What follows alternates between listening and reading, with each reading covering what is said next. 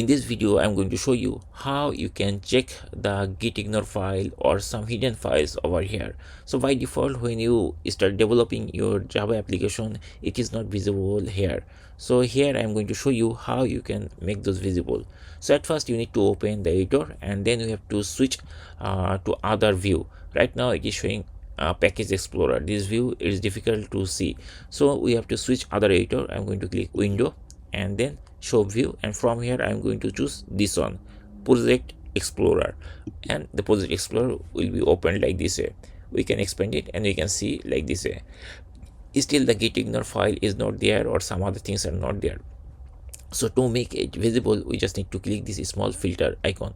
I'm going to click here and it will bring this type of options. From here we have different types of things are there. So what we need to do, that inside the resource, basically there is a checkbox. We just need to uncheck this thing, and then after that we have to press this OK button to save it, and very shortly you will see the gitignore file is there. Now if we double click, you will see this is the gitignore file. So that's it. In this way we can easily open or make visible the hidden files from our Eclipse project.